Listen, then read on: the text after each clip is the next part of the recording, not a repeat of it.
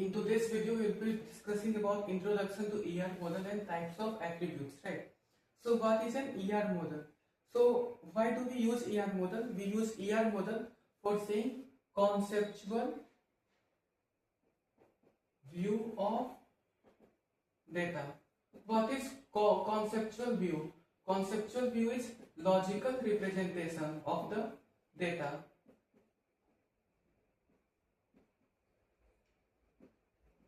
Right. For example, I have to build a house. So I will not directly call the builder and build my house. First of all, I will hire someone who can write a design for my house on a paper. And I will take that paper and I will give it to builder. That design made on paper will be according to my wish. Where I will put my kitchen, where I will put my rooms, where I will put my dining in that house. And then builder will make house accordingly. Now suppose if I don't take any step to make a design and simply build house on my own, if after some time I realize that I have to change a room accordingly, so I won't be able to change. But if I make a design on paper, I will be able to change my ideas, right? That the room will be there and kitchen will be there. I can change before build of my house, right? Another example is, suppose I have to build a school. So I will talk to principal. When I will talk to principal, I will prepare a design accordingly. I will not create the school first. I will first prepare a design, verify it from the school and the team, and then I will make the school, right? So this is how ER model work.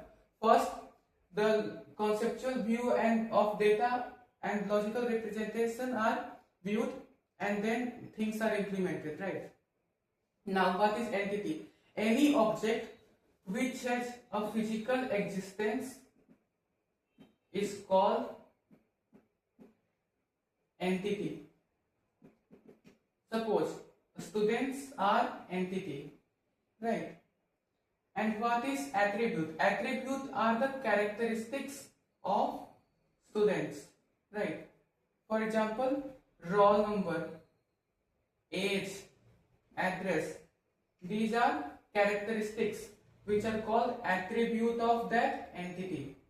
And this collective structure whole is called as entity set or schema, right? Now, entity is represented by a rectangle. Suppose a student is an entity, and suppose I have another entity, course, right? Course will have its own attributes or its own properties, such as course ID, course name, course duration, right? So this is entity. These are attributes or properties of my entity.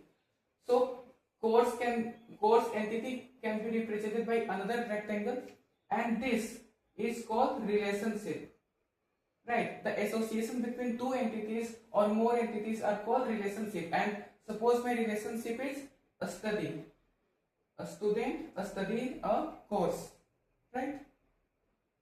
Now let's discuss about types of attribute. So first type is single versus multi-valued attributes. So what is single valued attribute? Single valued attribute is there will be only one value for that particular attribute or property.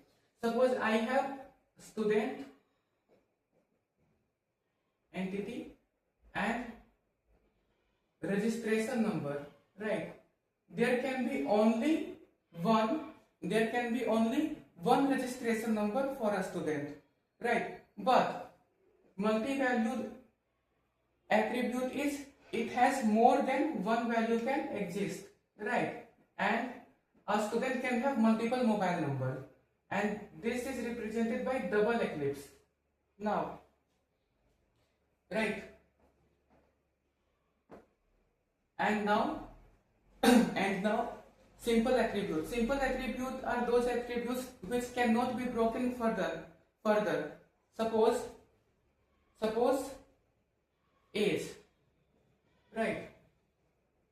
I will ask a student and he will tell me his age. Now there is no debate about age further. But composed attributes are those attributes which is composed of more than one value. Suppose a student name, right? A student name can be composed of first name, middle name, or second name, and last name. This is what composite attribute, right? Now let's discuss about a stored attribute and derived attribute. So what is a stored attribute? A stored attribute is which cannot be derived, right? Suppose, again let's take example, right? Date of birth. For a student, I will ask the student his date of birth. He will tell me date of birth. This data is not derived from anywhere. This is the pre-existing data that the student already has. But if I say suppose age is derived from date of birth, and this is represented by dotted ellipse. Because when I will ask my date of birth, from date of birth I can derive the age of a student. So we can also say that derived attribute can be derived from another attribute. Right. Now, what is key attribute? Uniquely identify each and every row. Right. Suppose I have many students in university. Many students can have same age. Many students can have same mobile. Suppose there are two siblings, a brother and sister. They both can have same mobile number. So this is also same. A student name, many students can have same name, but registration number it will be unique, right? So this is key attribute, and non-key attribute in which values can be same, they are not unique. So this is all for today. Now we will discuss next topic in next video.